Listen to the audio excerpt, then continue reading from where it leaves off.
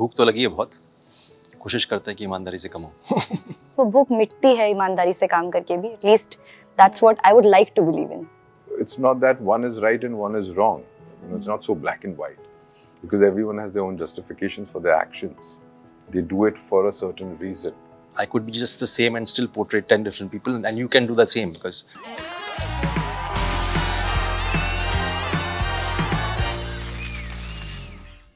Hello everyone, this is Aina and welcome to Instant Bollywood. I'm with the amazing cast of Bambai Meri Jaan. The trailer looks extremely power-packed, guys, so congratulations on that. You know, जब मैंने trailer देखा, it speaks about two things, ईमानदारी and भूख. मेरा question ये है कि हर बार अपने ड्रीम्स को कंप्लीट करने के लिए या अपनी भूख मिटाने के लिए ईमानदारी साइड पे रखनी पड़ती है. And have you done that as individuals ever? मेरा तो यही है कि साथ में चलता है दोनों, ईमानदारी और भूख. अभी तक ऐसा कुछ नहीं किया शायद. मैंने विश्लेषण नहीं किया अपने बारे में, लेकिन जहाँ तक मेरा ख्याल है ऐसा हुआ नहीं. भूख तो लगी है बहुत, कोशिश करते हैं कि ईमानदारी से कमाऊं. What about you all? ईमानदारी से भूख मिटाने की कोशिश है. The intent is just that I mean, we all are hungry for something, and the idea that I have in life is that you do it with complete integrity, and if you do that, it shall eventually pay you. और जो आपने बीज उगाया है वो फल बनकर आएगा. You live with that faith. When it doesn't happen is probably when you can get a little shaken. But the driving force of life for me personally is that live your life with integrity. When things probably don't work out and you are passionate and you dream big, it's very like, you know, mind does get a little devilish. Does that happen? नहीं, वो उसमें ना trailer में एक और line है कि ईमानदारी का करोगे क्या, नींद अच्छी आती है. I think that is really important. At the end of the day, you have to, you know, be a judge, and you know it. What you know, everyone has their own moral code of conduct, right? And we are all humans, and we will falter, and we will, you know, do things which are not right probably. But at the end of the day, you know, you have to be fair, and you have to be honest to yourself more than anything else. The world might not know, but when you're sleeping alone, I mean, in your bed, you know what you've done. I think that is really important for an individual, and for me personally, that I want to sleep well, and I get really tired. So yeah. Kritika? मुझे instant gratification, no pun intended, instant gratification, instant success मुझे fulfilling नहीं लगता. तो I feel that अगर आप कई बार ईमानदारी से चीज़ें करने में शायद समय ज़्यादा लग जाता है, but eventually I would like to believe कि you find that success. वो भूख मिटती है ईमानदारी से काम करके भी, at least that's what I would like to believe in. KK sir, you know, you've done Bombay Meri Jaan, you've done Bombay Velvet, and now you're doing Bambai Meri Jaan. What's with Bombay and you getting fascinated with stories related to the city? That's exactly the point. You said it. The fact that it वो चिपक जाता है अपने साथ. जो जिससे आप प्यार करते हो ना, जिस शहर से या कुछ चीज़ों से, वो ऐसा कर्म होता है कि वो अपने आप आकर के आपके साथ जुड़ जाता है. तो वही हुआ मेरे साथ. और आगे भी you will be open to doing a Yeah, why not? I mean, anytime. This city has number of stories to tell. Yeah, so anytime. So that's even, you know, we've seen a lot of crime thrillers before. We've seen gangster drama. When I was seeing the trailer launch, आपने कहा था कि 5 years went behind this. How is this setting apart from everything that we've seen before? I think one thing that sets it apart is that I've done it for the first time. So I'm hoping that you know, there is something new for people to see from my perspective. It's my nuances, it's my you know, treatment to the whole thing. The story I haven't told before. It's been told many times, and it's going to be told many times, right? Besides that, there is a fascination towards you know, the crime world, because those characters are not something that we live in our daily lives, right? So there is a fascination to always things which are taboo in that sense.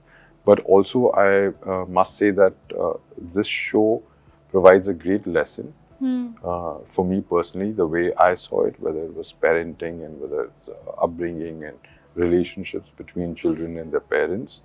And ambition is something that we really do not play in terms of a narrative, hugely in our stories. Either there has to be some kind of a trigger for the character to have an awakening, and ambition doesn't figure in that. Either, you know, somebody's killed my father, or, you know, my mother, or something dramatic or too drastic has happened. So this does rely on, you know, a man's ambition. That ambition could be driven by the not so right things, and that is what it focuses on through the character of Ismail Qadri, who, you know, withstands whatever comes his way, but not budging from his ideology. And it not necessarily be right or wrong, we're not being judgmental, from the ideology of the other characters. Everyone's got their own, as I said, framework of, you know, morality. And they operate within that framework of morality. It also makes me wonder, you've shown in a way the son is going against the father. You know, considering Indian emotions, it's a little risky and skeptical because, you know, it's always like, you know, beta wahi sunta hai, or he wants to be like his father or something like that. How did you play with that angle? Exactly. Because we haven't really looked at them in that sense. We've seen them as individuals with their own personalities and their own minds. So once you strip off the labels of, you know, father, son, wife, mother, then you start seeing them for the individuals that they are.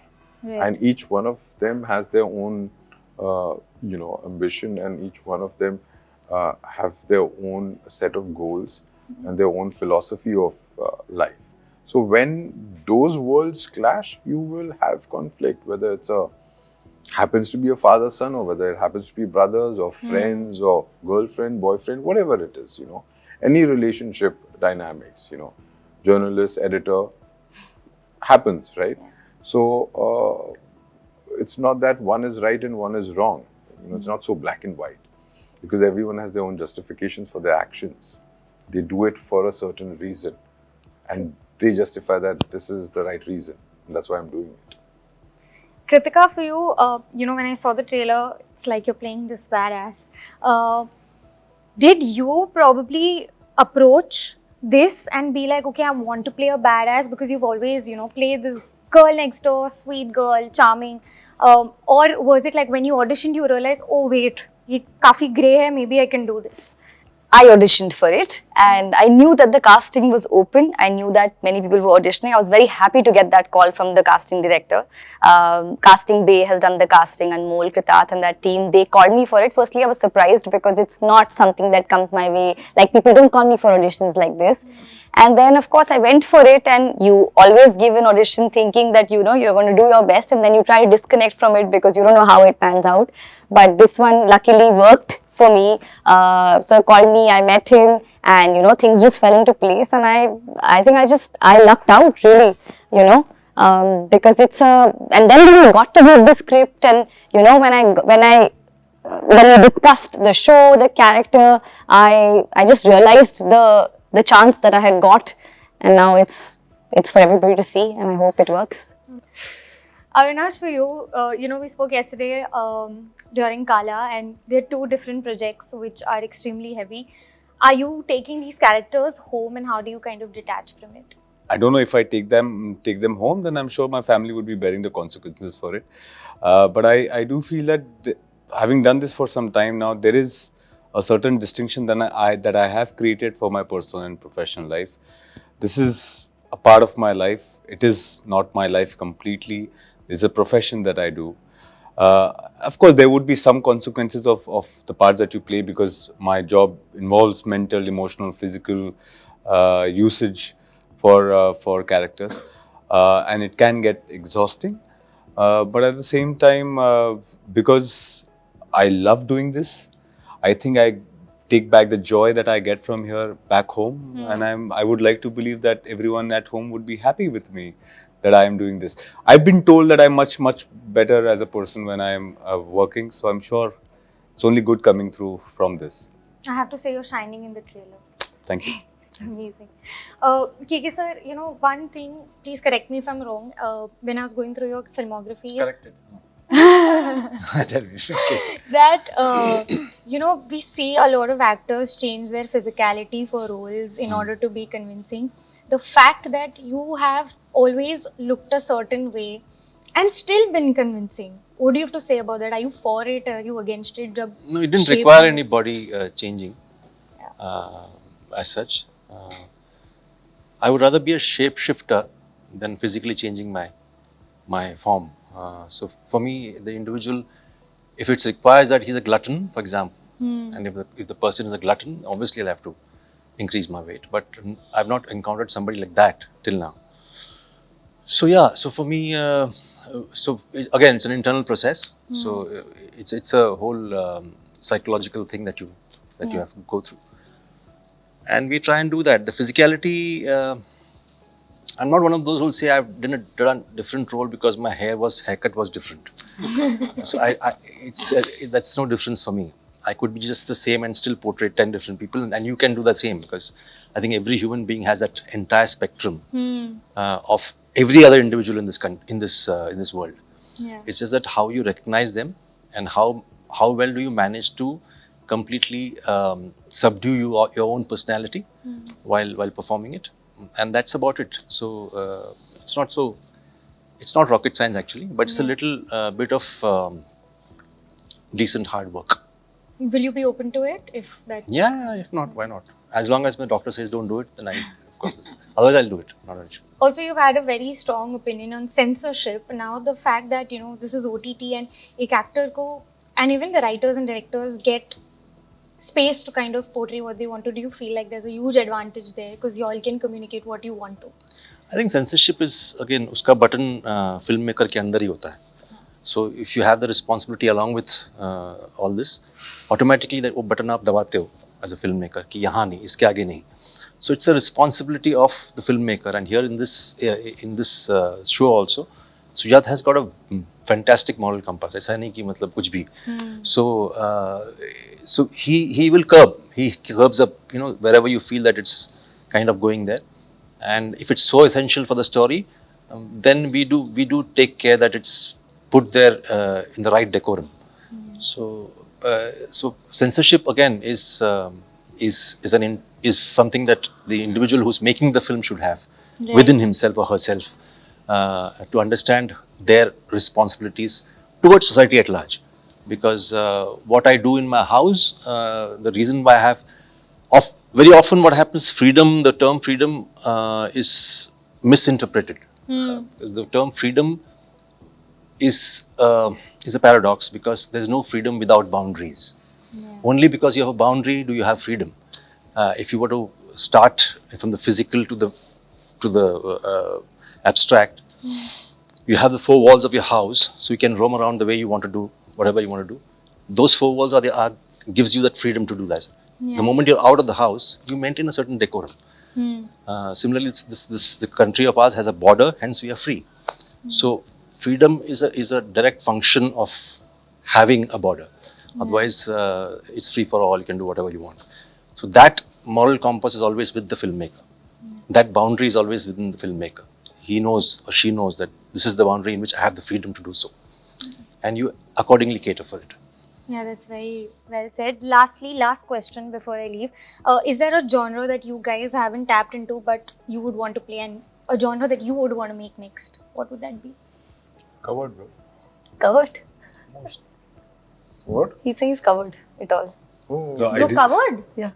No, I'm saying now I think the storytelling has evolved. I don't think we tell stories which are just specific to a certain genre. We are genre flexible. There are stories which have a composite of various genres coming together. That's the way forward. I think specific genres, I would like to believe जो 6-7-8 genres हैं वो almost I would have kind of touched them somewhere here and there. But I think time now is for evolved storytelling, where there are composites of genres. There's no specific genre that you can place a story in. But yes, horror, I would say, is something I would, yeah, it's my favorite and go-to genre. All I believe is that there are about 8 to 9 concepts in this entire universe of storytelling. There's as many concepts. Beyond that, there's nothing. There's one Kallu to Kalia format. There's one unrequited love stories and fulfilled love story. There's a revenge story. There's so many. So there are about 8 odd different concepts. Now, how do you tell that story makes it different. Yeah. So I would like to see more interesting representations of those concepts, and I would love to work with any of them. Kritika?